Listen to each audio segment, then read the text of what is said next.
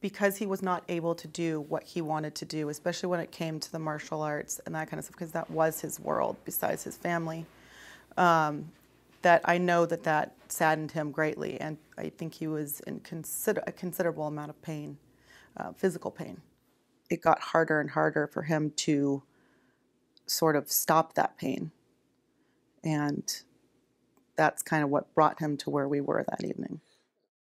It started out a normal day. I had taken my girls to soccer, and my other daughter, I believe, was at cheerleading practice, and he was going to pick up one, and I was going to pick up the other. He accidentally called my phone, and I realized that he was out drinking, and I got upset. And so I went and picked my girls up and took them home and decided that we were going to just go somewhere for the night, come back when I wasn't so upset, and talk about it the next day. He came home and he was very distraught and upset and saying he was going to hurt himself, and that really upset me. And so he left, and I dialed 911 and then hung up because I thought maybe I'd just call his mom and see what we could do, but I was very afraid for him. And then the police showed up at my door. At first I was a little confused and then pieced it together. They asked what was going on. I explained the situation, and they told me that they were going to help me get my husband back.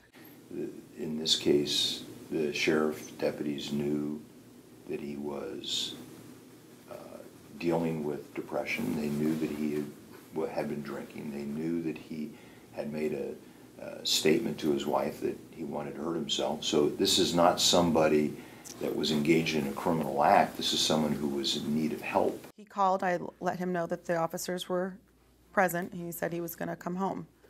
And I said, okay, and hung up the phone, and the next thing I know, I hear multiple gunshots. I look out the door, and he's on the ground, and the officers are standing over him. I start to move out towards him. They tell me to go back in the house. I immediately take my girls and I move them into the back room because they were in the front and heard everything as well. I know what you're going to have to do. That if I approach you with this knife, and it's essentially a penknife, you're going to have to shoot and kill me.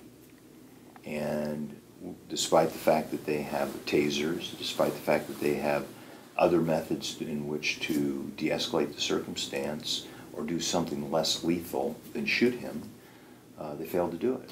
We know that Officer Spurgeon shot 11 times and hit Chad 7 times.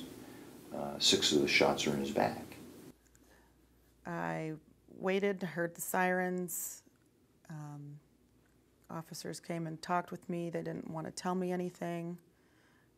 All I know is that he was still laying on the ground, and nobody wanted to say anything, and there were lights and sirens everywhere. When everybody finally left, they still left him outside on the sidewalk. He was out there till about 6 or 7 in the morning the next day. To keep routines, but we keep a very open dialogue about Chad. We're not going to forget. The victims don't want the money. They want the person who's been killed back. I mean, Allison wants her husband back, but we can't do that.